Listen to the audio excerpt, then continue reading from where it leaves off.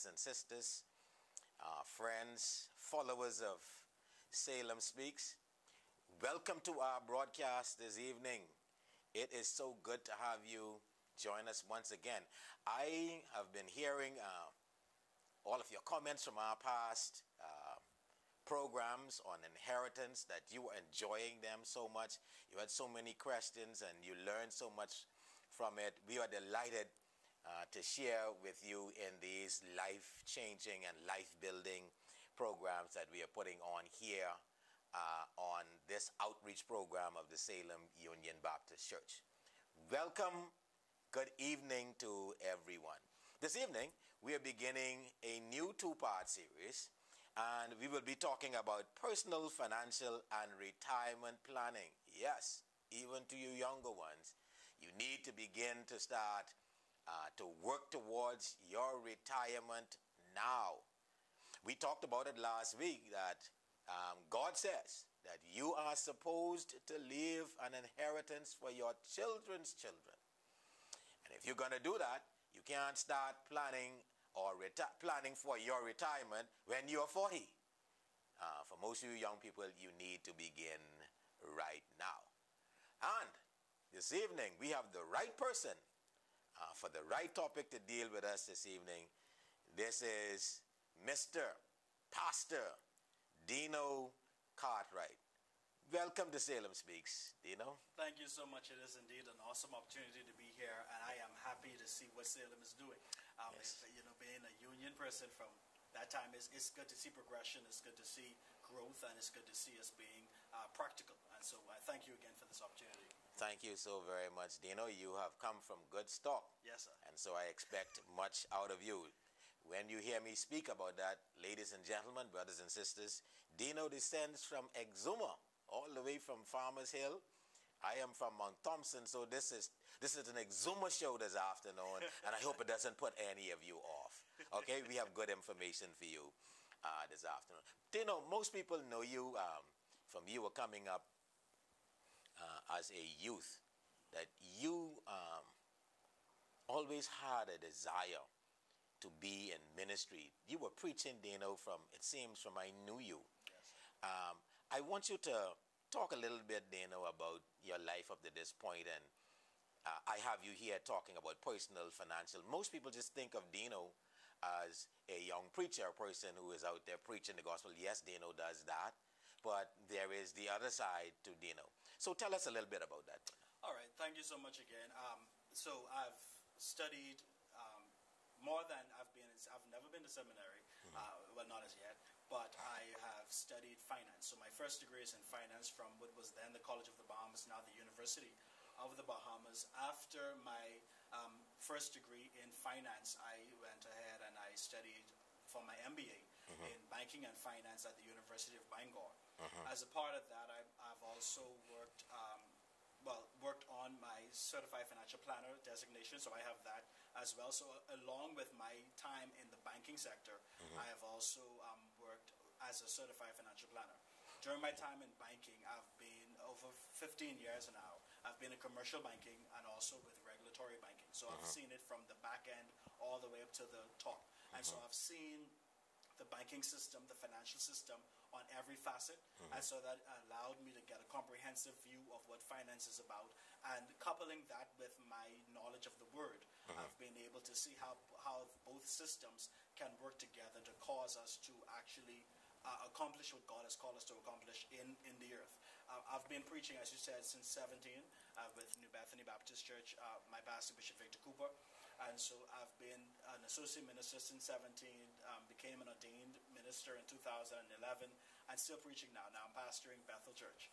And so that's pretty much in a nutshell where I am. Okay, so what are you doing right now? I know you're pastoring, but what are you doing out there? And tell us what you're doing in the finance world. And well, I've since last year, I've kind of stepped out of finance for a bit. I'm now in technology with Cloud Carib, which is a data management services operation that's functioning out of Sandy Port, and I provide compliance help for them. So the same understanding of what compliance does for the banking sector, I brought that over, the same skill set for that and helping with technology.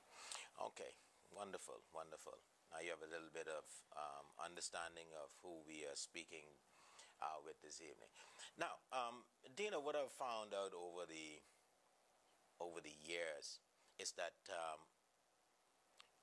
people seem to get into trouble very early in their lives, finances wise. And I trust that we'll be able to speak a little more, particularly to our younger generation.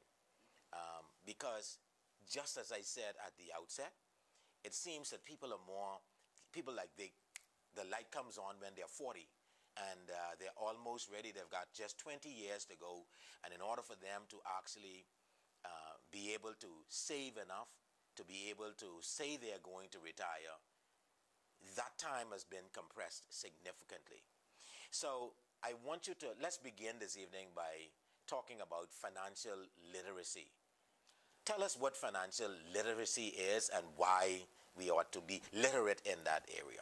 I'm going to kind of break it down a bit, because financial literacy is not just knowing financial terms. It's not just knowing assets, the definition of assets, liabilities. It's about learning how they function, learning how they work together, learning how the system works and how to make money work for you.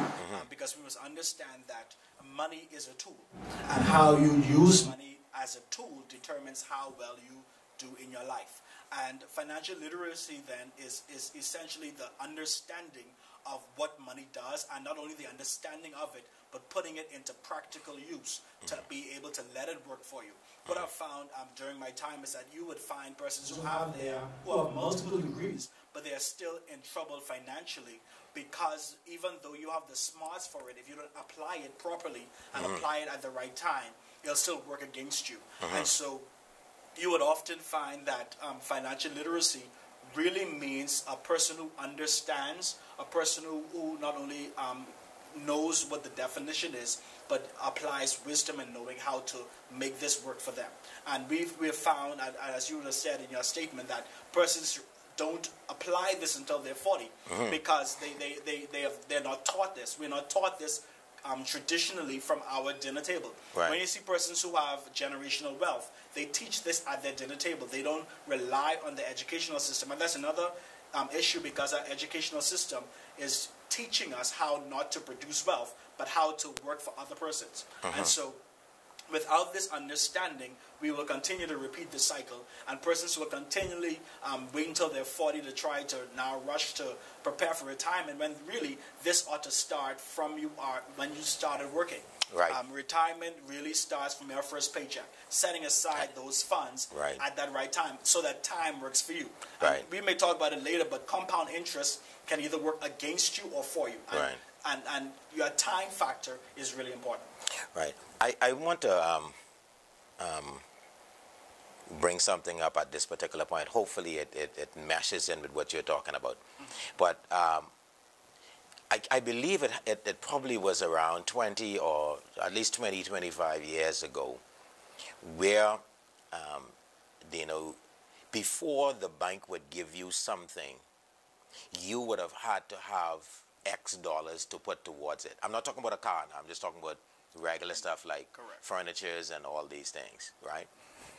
But there came up this scheme, or a scheme in the banks, where they started this thing with they would lend you money for salary deduction, so that you didn't need now to actually qualify in any great way to have some savings to put towards what you want.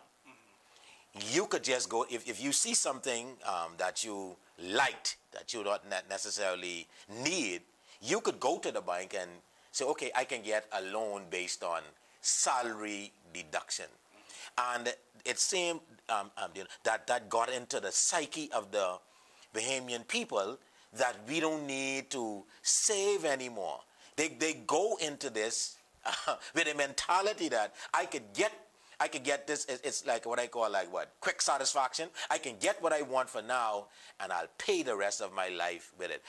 When you look at it, what do you see that has done to the psyche of the Bahamian, particularly the young people of today? As time has progressed, we would have understood the same thing happens in ministry, happens in finances. This whole instant gratification and this not learning the principle behind saving portions or saving to a certain degree has really set persons back. And I've worked in the system, and I'm hoping I'm going to say some things during this program that's not going to too much expose persons. But I've worked in systems where I've found that the second that a graduate comes out of a certain law enforcement college, they get that loan first to get their car.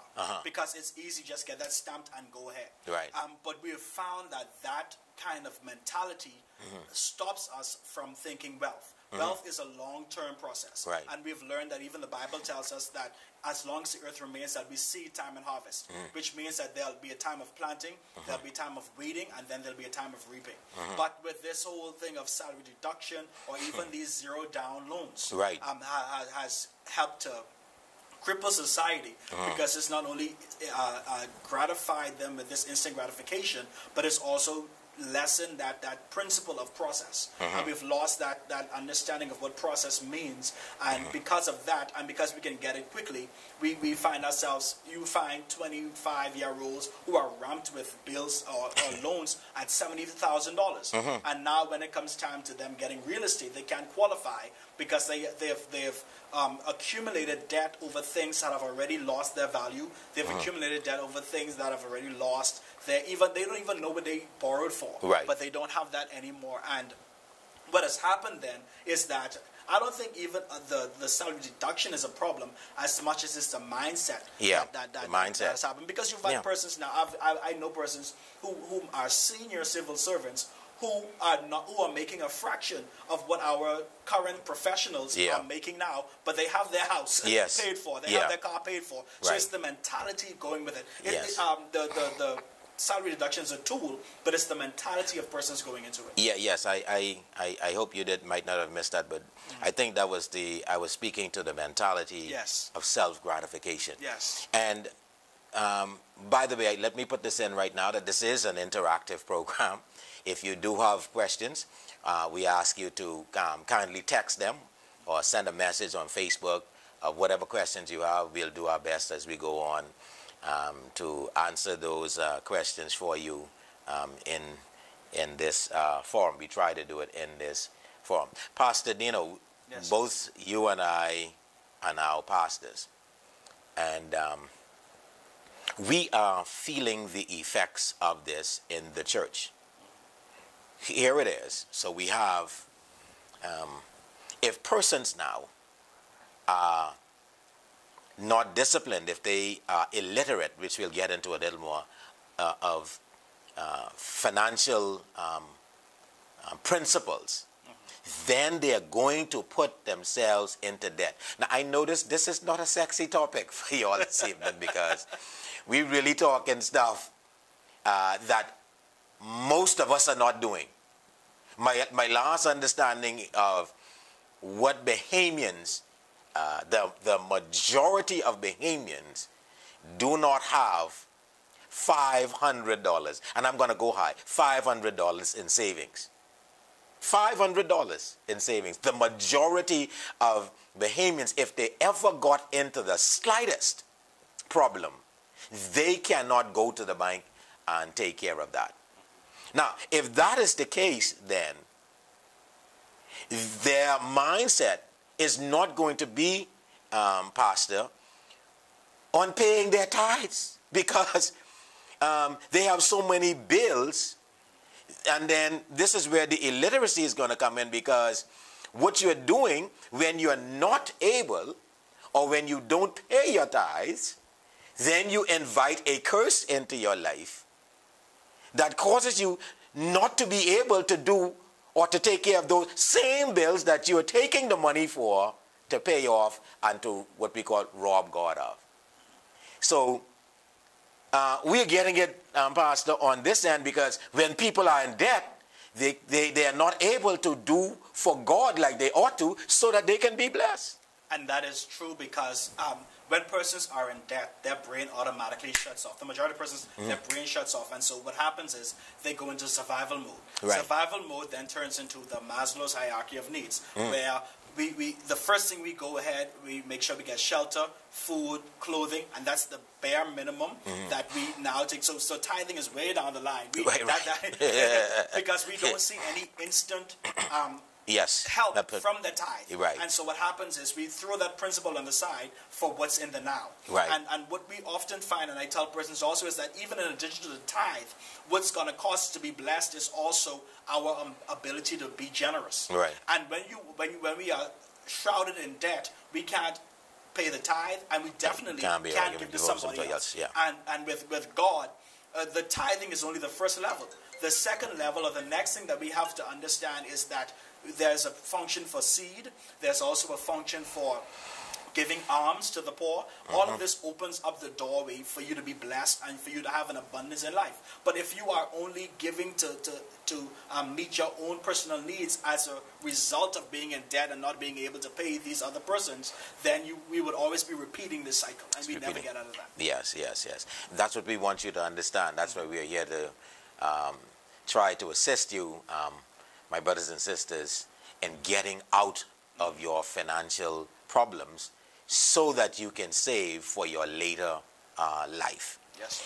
All right, so tell us, Pastor, how does financial literacy help or hinder you in reaching financial freedom? What you don't know actually hurts you. And just as it is in the court of law, you can't plead ignorance. Oftentimes we are where we are and we repeat the same cycles in finances because we don't know. And it's our lack of knowledge in this, or our lack of seeking knowledge in this, that causes us to repeat the same cycle every month. And so what happens now is that if we don't ever reach out or have forums like this, whereas we can get this information, until that light clicks off, it's our ignorance that keeps us bound. Right. And the Bible tells us about the Word of God and about relationship with Christ. When you know the truth will set you free. Right. The same thing happens with financial literacy. The second you know how to get out of debt and how not to get into it in the first place, then you will realize that this will help you to get out. Because when you read and study the Bible, which has basic principles related to finance, you would understand that the debtor is always a slave. The borrower is always slave to the lender. And you would always understand that even when it comes time to signing off with other people, the Bible tells you don't strike hands with people, don't go signing and co-signing on. Because what I've found, and this is just a part of it, persons who are younger, I've found, and I've given examples even as early as yesterday, where you have young persons who are 21, 22, they don't know the principle of signing on other person's loans. Right. So they go to help their mommy, help their daddy with this loan, and they sign off on that to help their parent get a loan for whatever it is. And when they're now 28, 29, now they're getting ready to get married, and they're going with their proposed wife or whatever to the bank to try get a home for their own. They realize, I can't get it because I've already signed on to something else. So we must understand that we've got to teach it in our schools. We must be able to teach it in our churches. We must be able to give persons principles. Right. Principles work. I always tell persons, money isn't a prayer thing. Money is a principle thing. You can pray and ask God for money, but what He's going to do is give you wisdom. Right. And if you don't work the principle will not work for you. And that's why you find persons who are in the top 1, 2, and 3 who may have never said that they were Christian or not, but the reason why they continue to be the richest person in the world has nothing to do with their salvation. It has to, they've learned the principle and they've worked the principle. You would find that in the top 5 they always give to the poor. And when they give to the poor, the Bible tells us when you give to the poor, you lend to the Lord and the Lord will repay. And so what happens is God says, I'm a God of principle. And so despite their relationship with me, if they work the principle will work. And I think that we also ought to say, that you mentioned a word in there, work the principle. And the principles, in order for them to be effective, you still have to work hard. Definitely. All right? That's not a bad word, folks. If you are going to be prosperous, and a lot of people think that prosperous is having a boatload of money. No, just, if you're going to have or live a prosperous life, you've got to invest. What that means is you have to put some sweat in. And you have to go to work. Hear me, young people. Hear me, older people. Work is not a bad thing. If you sleep all day, you are going to be poor. You can pray all day, as we say, Pastor. Yes, but sir. at the end of the day, you have to get up, look for a job, and work. I wanted to ask you one thing before you go on to that. Sure. And that is that there's nothing. Let's say I should put this. I don't see that there's something wrong if you get into debt early, as long as you get into the right debt. Right. Now, let's say if you have $50,000 debt at 25, hopefully it would be an investment in real estate or something that you're working towards. I didn't want to just say you shouldn't be there. What do you think about that? And I totally agree, because even with debt, you have to understand there's such a thing as good debt and bad debt. What is good debt? Good debt is when you invest or you get a loan for something that brings money back to you. Right. You invest in an asset, that asset would bring you returns that allows you to pay off that loan. Yes. And then after that loan is completed, it still brings you residual income. Right. That's good debt. Right. Bad debt is when you put it into something that you lose value in it. So investing in a car, bad debt. The second you drive that off the lot, it loses value. Even to a certain degree, when you look at a house, and Robert Kiyosaki always argues with this with Rich Dad Poor Dad, he said he doesn't even consider his first house an asset, in that the only thing that your house is it takes money from you if you're not getting rent back from it. But this helps to build at least a stable, steady place so that you don't have to build a palace if it's not bringing you money back. Right. And so it helps us to be conservative in what we live in. We're not telling persons how to live because you would have worked out and this is what you live in, but if you've got 7 rooms and you've only got 2 of you living there, that's wasted space. That's extra money that you could have used to help another generation, 2 generations behind you. Because the Bible tells us that we must understand, Pastor Rule, that in the kingdom, management is not about maintenance. Management is about multiplication. God is concerned about every bit of money that comes into our hand is seed. And so if we always spend everything we make and we don't invest a part of it, we're eating all of our seed. Right. And if we're eating all of our seed, we can't expect a harvest. In the kingdom of God, what God calls management is not just keeping things steady. It means that you ought to multiply based on what you've got, based on the principle or the parable that Jesus gave. With the talents, the Bible said he gave one, he gave the next one 2, the next one 5. And he went off on a long journey, came back, checked on them.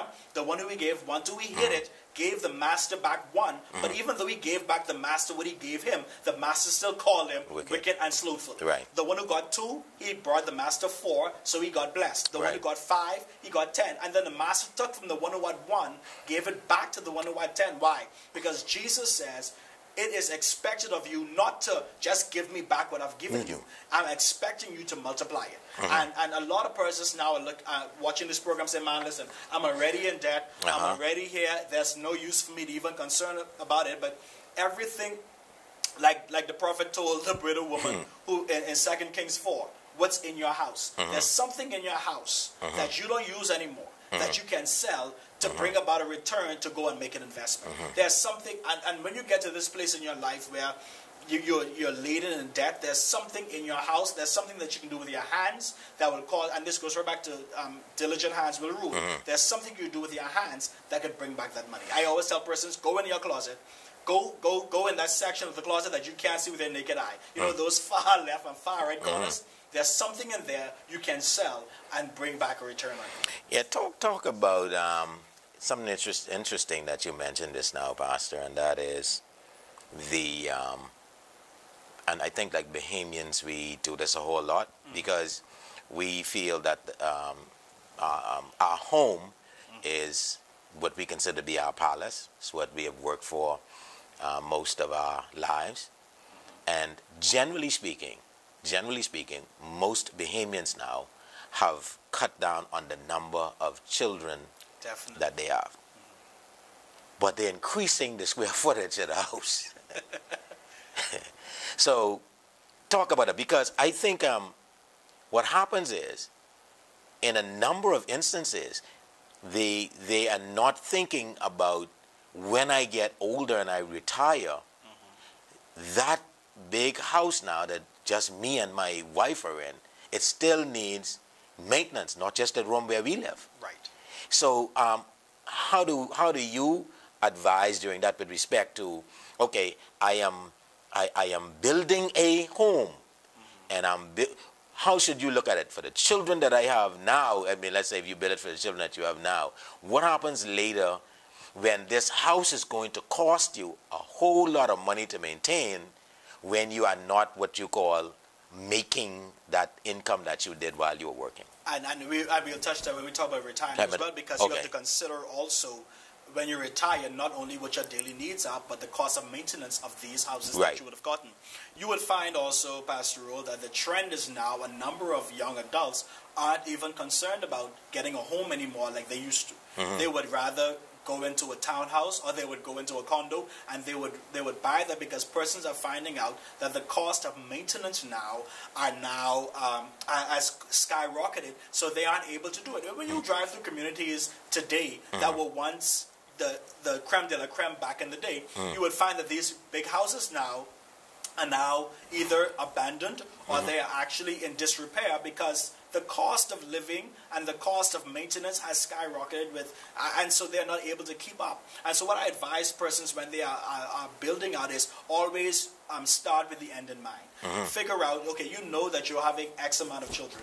We have the discussion when you first get married or whatever. Like we're going 2 or 3 children. Right. And so what happens now is that you understand that your children now go up to age 18, and half of the children now who go off to school aren't coming back. Right. And so now you have parents who have big houses who don't have this the children coming back to have to maintain it. And so what used to be a status symbol back then is no longer a status symbol now. So I advise persons when you're going ahead and building a home, build with it in mind, can I maintain this after I've come to a place of retirement?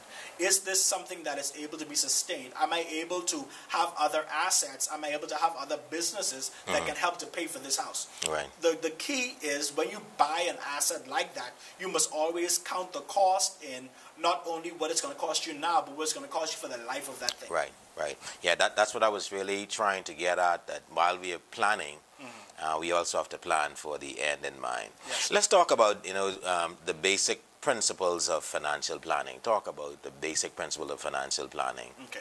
The basic principles for financial planning is one, knowledge. You have to know exactly what it is that you have in your house.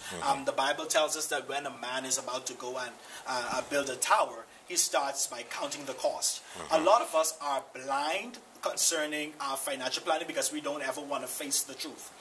This is an uncomfortable topic. People often turn the TV when it comes to debt. When they get their bills from the post office, they normally just stack them on the side. They don't open them up. And so the first key to financial planning is knowledge. You have to know where you stand. You have to know what your position is. The second thing is you have to have self-discipline. Right. You have to actually be at a place where you can make up your mind concerning what it is that you have to do, and you have to actually have the willpower to follow through. The issue that a number of persons have when it comes to wealth and building wealth for their life, it's not really the amount of money they're making, It's about their discipline and their consistency over time. Wealth is built, like the Bible says, bit by bit over time. And what happens is when you find yourself in tight times like the pandemic, you would find that desperate times cause people to make some silly decisions. And we must understand that even now, as it is with this pandemic, these things go in cycles. And we would understand that even investors understand that these are like 7-year cycles, and it goes right back to Bible. If we read our Bible, Pastor Rule, we would understand how to deal with our finances. When it came time to Joseph, the Bible says that when Joseph had a dream, he told Pharaoh, I see the fat cows and the slim cows. He said there'll be 7 years of plenty, 7 years of famine. And as that was instituted then, it is still the same now. In your times of plenty, you spend, but you store up. You store up for times of less. Right. All right? And so when persons understand that when times of plenty come, that's not the time to splurge. That's actually time to store. Because in times like these, when there's famine, you can get two, you can get two houses for the price of one in times like this. Okay, and this is how wealth is built. Because those who would have stored in plenty, in times of plenty, are buying up a bunch of stuff because the economy will swing again. And when the economy swings again, they can sell for a profit.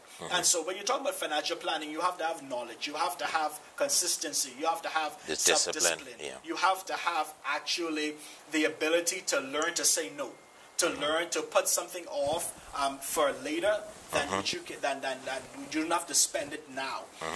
If you're going to be financially literate, you also have to submit yourself to mentorship. That's what a lot of persons aren't going to. Find a financial planner who can actually walk you through this process. A number of banks have financial planners, a number of insurance agencies have financial planners. And I know you had a guest last week who would have proposed that. But what I tell, and I hope, I hope I don't get myself in trouble. But I often tell persons, while it's good to seek them, make sure you find a financial planner that doesn't have a quota attached to what they're doing. Because sometimes they advise based on what their quota is going to, provide for them at the end of the month. Well, I trust that person wasn't doing so to get their quota. I'm sure he wasn't. I believe you know what I'm talking about. So he was doing to be scriptural. Of course, yes. of course. All right, yes. But when you're getting financial planning, make sure that you get advice from persons who actually are working the system for themselves. Right. I would, and when we go back to what financial intelligence is, I would say the difference with just knowing what to do and actually doing it is key, because I've been at that place. I studied finance. I studied banking. I know the whole system. And just because I knew what to do didn't mean that I did it. And so what we have to do now is find persons who are actually working the system and seeing how the system works. Otherwise, we'll always be caught up in debt and repeating the cycle. Okay. I have a question here. Sure. And last week, I believe that one of my guests actually spoke concerning this point. Okay. But the question is, do you recommend debt consolidation loans? Do I recommend it? Yes. Debt consolidation loans. And Ambassador, I love now that I'm not working in the bank, so I can actually speak without any. I actually suggest debt consolidation loans because you can get all your debt in one place. You can kind of track them and then pay a lower rate and all of that kind of stuff. But however, what I tell persons is this lower rate is as a result of them extending the amount, the time of the debt that you've had. So you may have had different debt structures, and each of them are 5 years, 4 years, whatever. But to get this lower rate, there's a price that has to be paid. The bank never loses. So what happens is they're going to extend your time of your loan, but for that lower rate.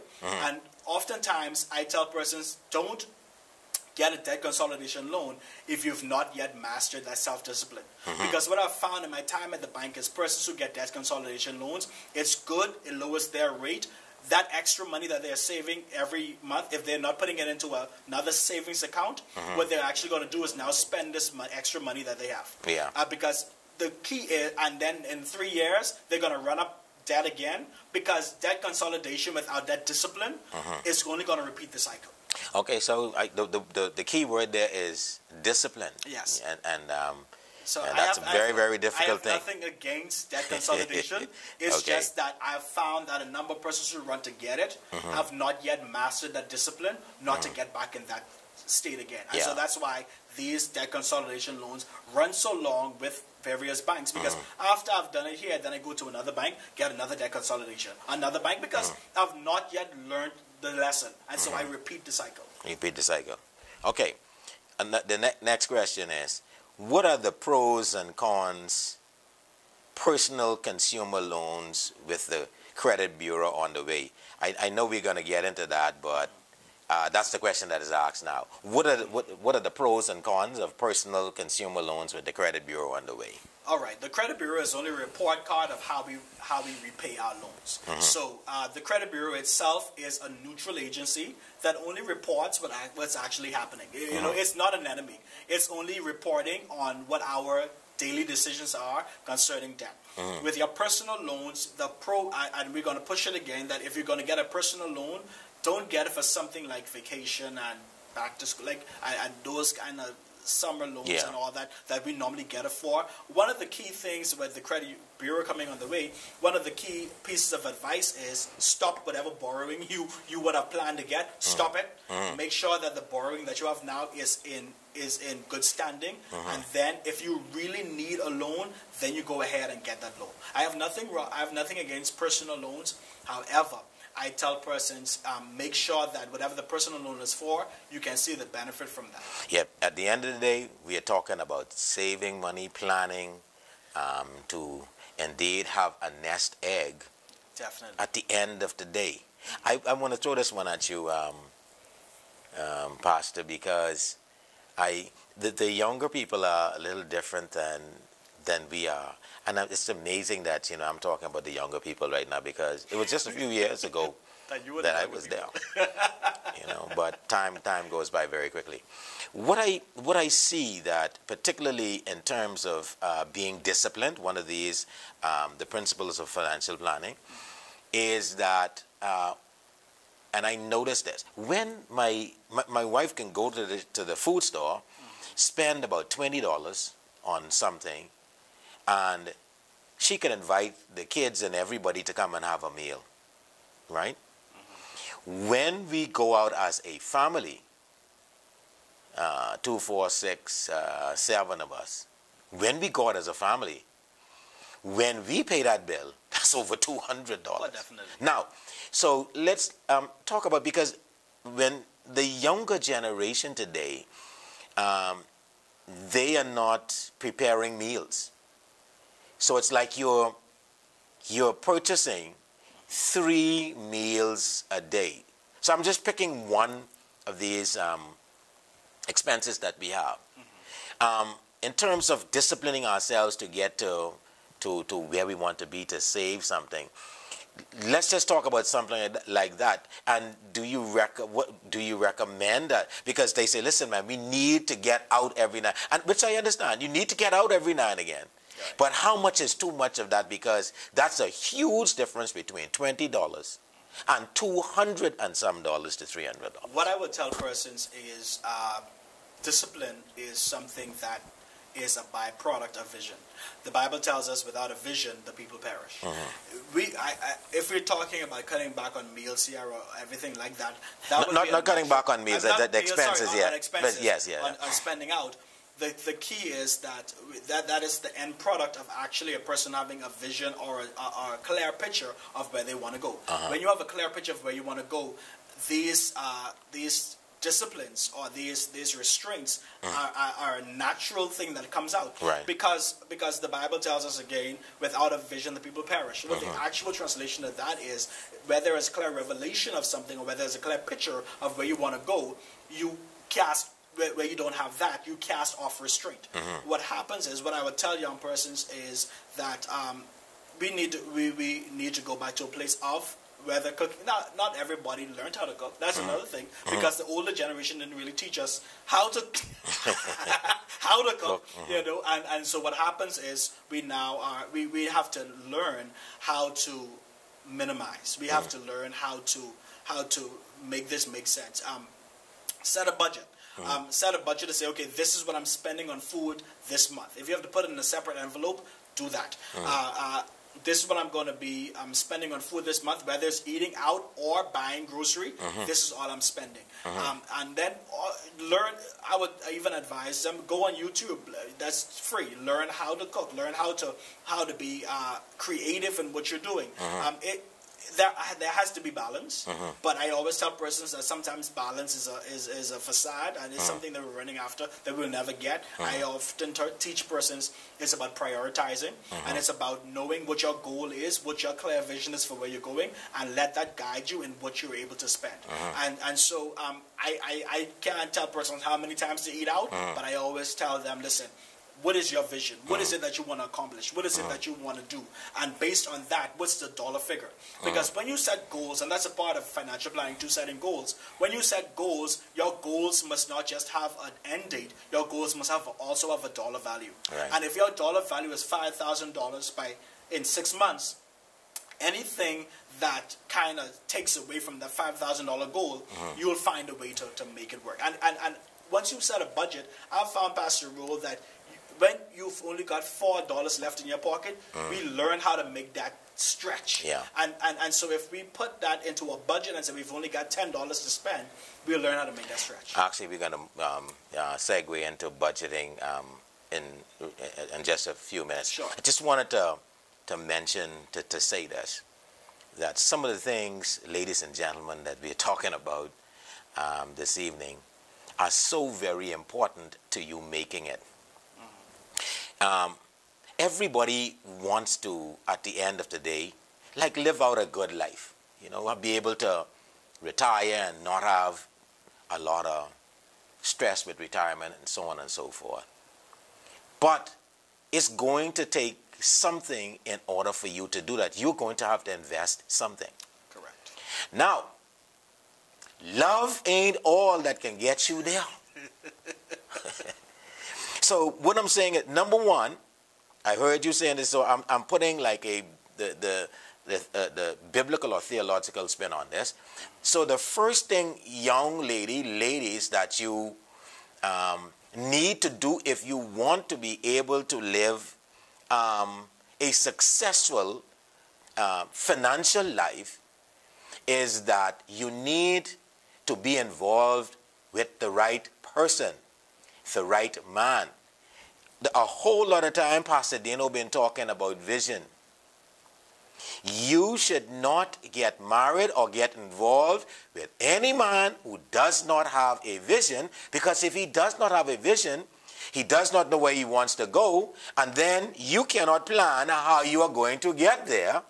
Without the vision, there is no discipline, because there is no goal to go after.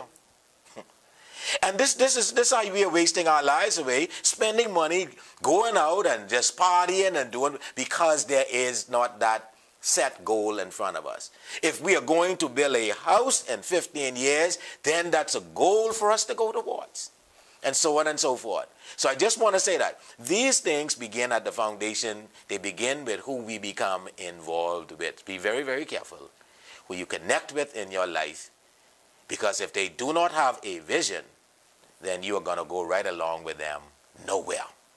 So please, let's do that. So, Dino, let's move into, you missed actually, I wanted you to really talk about two of them, two more principles before we go into budgeting: diligence and risk. Okay. Diligence goes back to that hard work that you talked about. If we're going to talk about financial planning, we have to understand that the Bible tells us in the book of Proverbs, diligent hands will rule. Diligence doesn't only speak to working hard, because what we found is that persons who work 2 and 3 jobs never really make it ahead. We all know persons who work 2 and 3 jobs, but they've never really made it ahead. And it has to do with the system, it has to do with the law of averages, but it doesn't really add extra to your life. What the Bible tells us, the key is learning to have a skill. When I say have a skill, I mean to master your craft. And what we haven't taught persons is that the way that we compete is that we have to learn how to master our craft. You would often find that when they talk about globalization in the country, that causes everybody to start picketing and rioting and that kind of stuff. But we are literally headed toward a world where we are globalized, where we have to now compete with somebody from away.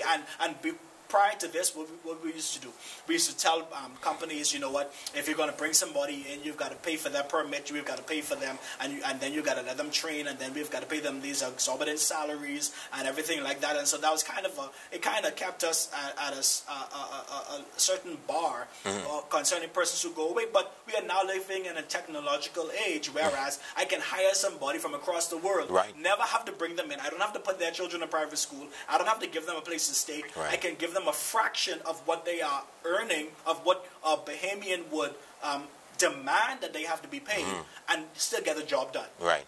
And, you know, we often, and I'm sure I'm going to get in trouble now, but we've often had persons who say, you know, because I'm Bahamian, I demand this job. That is no longer the world in which we live. And so what's going to cause you to be able to compete with somebody from across the world is the skill set that you would have done. The Bible says that a person who is skilled is able to sit before kings, meaning sit among leadership.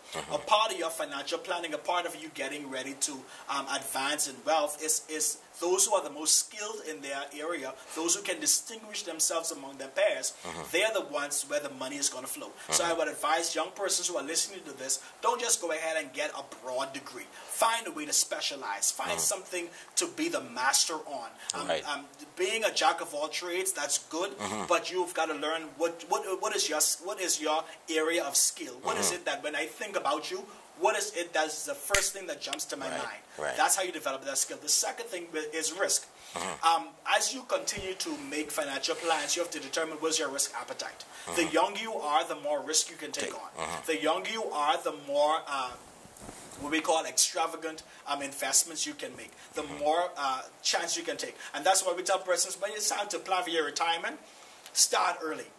Retirement plans often invest in these bond markets, right? And so you have different types of bonds in these markets. You have the conservative market, whereas you invest in government stock and these lower and the safer products, and so you get a safer yield. The lower the risk, the lower the return. The higher the risk, the higher the return. If you start early, you can now let your retirement plan or your pension plan invest in these higher risks, so that over time you can get a higher return. Knowing your risk level and being able to take calculated risks is the key. We often tell people, be careful, don't take risk. Don't put all your eggs in one basket, but if you calculate it right, you can put all your eggs in one basket and diversify from there. And so that's what I advise persons. Conventionally, financial planners tell you, diversify your risk, spread it out, which is good advice, but that's still not going to give you the yield that you're going to be looking for. And that's why you don't start planning too late. You start planning early, where you can take that gamble on these risks. I want to just hit more home on the diligence factor. This is what I consider to be, Pastor, very troubling to me in our country today, is that people really don't take pride in what they do anymore. If I got a job to clean up something, to clean up an area, to give that place the best cleaning job it ever had, so that when someone looks at it, they say, wow, who cleaned this? Who did this? Who did that? But it seems as if Bahamians are not fighting for excellence. And what's your experience out there with them? My experience out there is that there are several things. One, we would have, and this is only based on what I've seen, we would have gotten into an entitlement kind of understanding.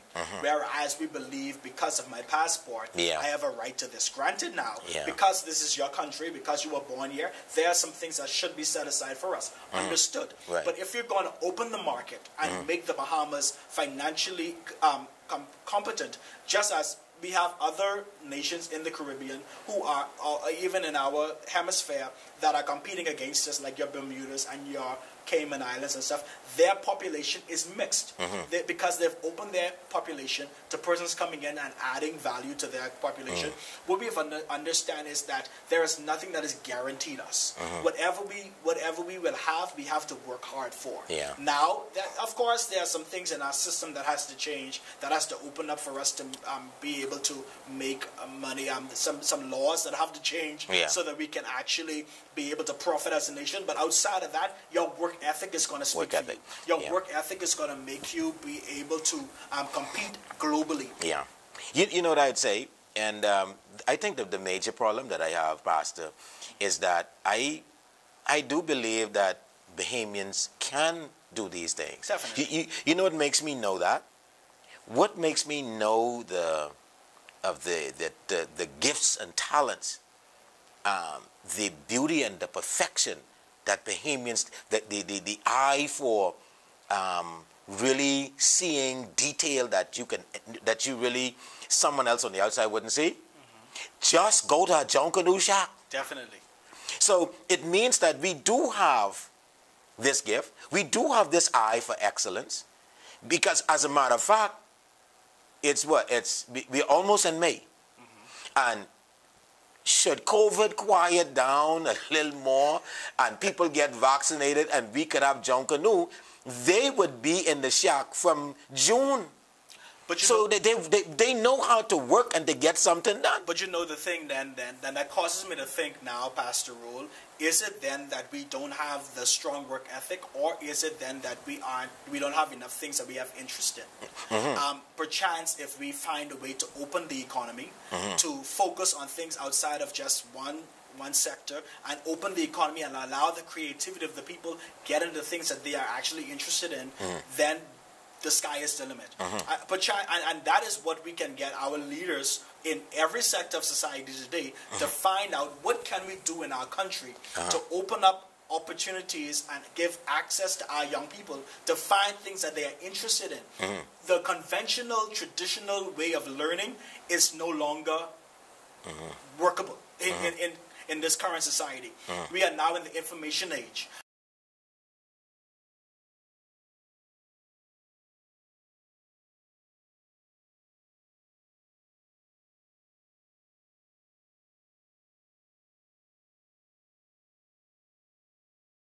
Information and who can produce it the fastest that makes the money. If we now cause our young people to, or give them opportunities to start developing technology and to start developing things.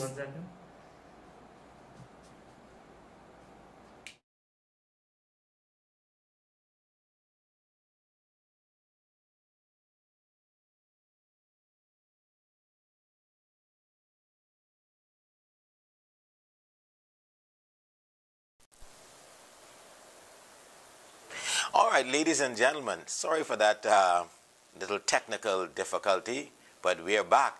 And I believe, Pastor, we were talking about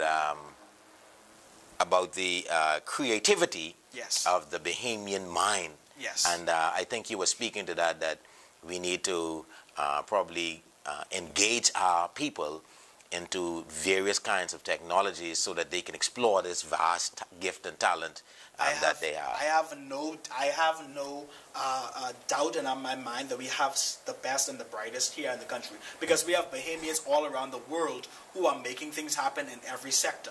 What happens is two things that we must provide for our young people, and this is for leadership in every sector, even those seeking leadership next year, provide access and opportunity. If you provide those two things, you can find the inner abilities of our young people coming to the fore. That's why with Junkanoo we have no issue, because that shows that there's a certain ilk, and this has nothing to do with persons who are academically intelligent. We must now tap into persons who are able to get into not only science, technology, engineering, but arts. That's a new thing that we have to get into. They've moved from STEM, which is science, technology, engineering, and math, to now STEAM, science, technology, engineering, arts, and mathematics. And so we have to now provide these opportunities for our young people to bloom and to blossom. Now, here's what we are saying, that there are areas that we find that Bahamians they're excellent. They have an eye for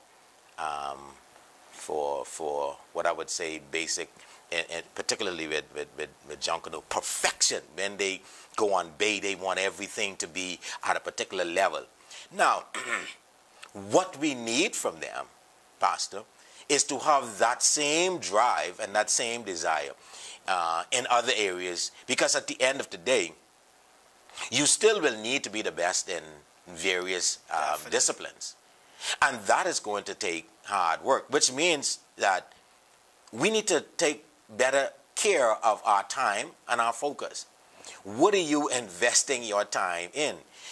Right now, you just can't sit back. Education is so, available. Yes. You can, this right here in front of us, this gives you opportunity to be able to expand your knowledge around the clock at your own leisure, to try to perfect your craft. Everybody today, Pastor, is trying to perfect their craft, because when you perfect your craft, you bring the world to you. Definitely. That's what we want to give us your thoughts on that. When Pastor. you perfect your craft, the Bible tells us that we open the door for us to sit before kings. Right. We actually have the ability, and it's not only perfecting the craft, it's actually walking in character together. Right. Because while your skill may open the door for you, it's your character that keeps you in that room. And so we have to teach both at the same time. Right. But when it comes to developing our skill and mastering our craft, that is the only signature that one has in a world like this. When everybody, I'm spilling out thousands of bachelor's degrees every year. They're spilling out master's degrees. We have a world where now everybody has the same information, the same degree, the same diploma. What's gonna cause you to be different is we have to teach our people, Pastor Rule, how to think. And what our education system has to now be changed to do is not just give people information to regurgitate at the end of the year. It has to teach people how to think. Education, the word education comes from the Latin word which means to draw out. So what education ought to do is actually create a system or create an environment or create a curriculum that actually draws out of people what's already inside of them. They've found that persons who graduated from Ivy League schools, when they graduated in May, they took a class and they gave them the same final exams in September of that same year, and everybody in that class failed. Why? Because they studied only to pass that exam. And so that's why if you're going to get creativity in this era, we have to actually now create a system or create a curriculum that's going to draw out of people their natural gifting and their natural talent. Ladies and gentlemen, brothers and sisters, believe it or not, our time is gone. Just like that, our time is gone, has gotten away from us. We didn't get into budgeting, but thank God we have another week to go through budgeting and talking more about retirement. We'll get into more of that next year, but you can't retire unless you build good habits now. That's the whole idea that we're trying to get across to you, that you need to commit yourself, you need to be disciplined, you need to be diligent, you need to know how to take risks. You need, ladies and gentlemen, to begin to plan for your future so that you can have something to leave for your children's children. Well, that's it for this week. Pastor Dino, just give us a closing word for now, and then we'll move on. Sure. The closing thing is wealth. The Bible tells us He's given us the power to create wealth. And this will come not only through just waiting and praying about it. Your diligence and your discipline will open the door for your finances. It will not only bring finances to you, but it will allow you to keep it for generations. So diligence and discipline are our key takeaways for today. Thank you very much, Pastor Dino Cartwright. Thank you so very much for joining us once again on Salem Speaks. We'll see you again next week, Lord willing, right back here on Salem Speaks. I'll have Pastor Dino Cartwright back with us to complete our session. God bless you and have a good evening.